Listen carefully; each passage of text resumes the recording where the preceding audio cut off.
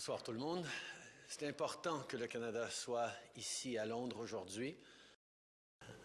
Good evening, everyone. It was good to be here in London today. It was important for Canada to be there with allies as we discuss the importance of standing united in defense of Ukraine and in pushing for a durable and lasting peace in Ukraine.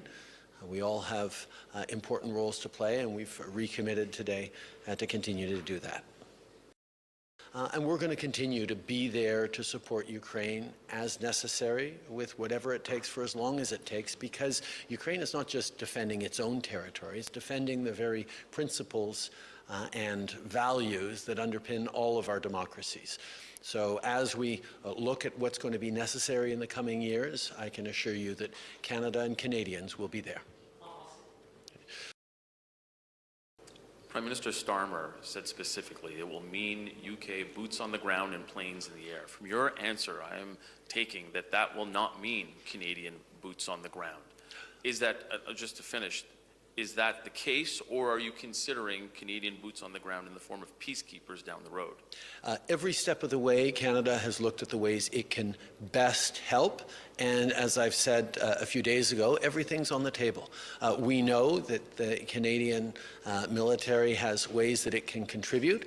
We're not going to get ahead of the discussions on how to keep a peace that isn't yet in place. But Canada will be there and is open to doing what is necessary, but those will be decisions taken in the coming years by Canadians and their government.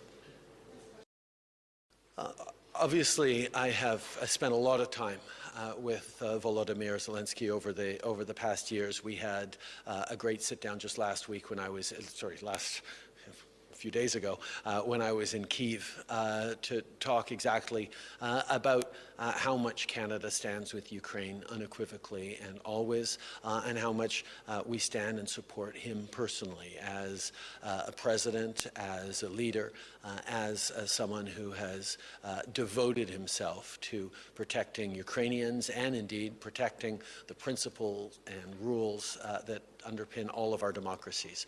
I have continued to emphasize to him that Canada will always stand with Ukraine. You clearly admire President Zelensky, so I'm wondering what you thought when you saw the treatment that he received in the Oval Office on Friday. I think, first of all, it's important every chance we get to lay out the facts as clearly as possible. In 2014, Russia chose to invade Ukraine, to occupy Crimea and parts of eastern Ukraine. For that, they were kicked out of the G7. And in 2022, they chose to violate the existing ceasefire and invaded Ukraine with the intention of taking Kyiv in 3 days and the entire country in 3 weeks. That has failed. Russia continues to try to fight to claim more land in Ukraine, and we could see an end to this war tomorrow if Russia decided to stop its illegal invasion of Ukraine. On Friday in the Oval Office, President Zelensky pointed out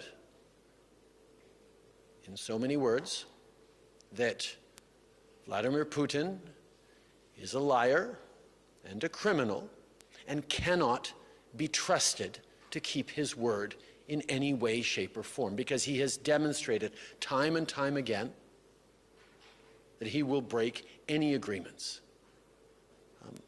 I stand with Vladimir Zelensky, and I stand with the people of Ukraine.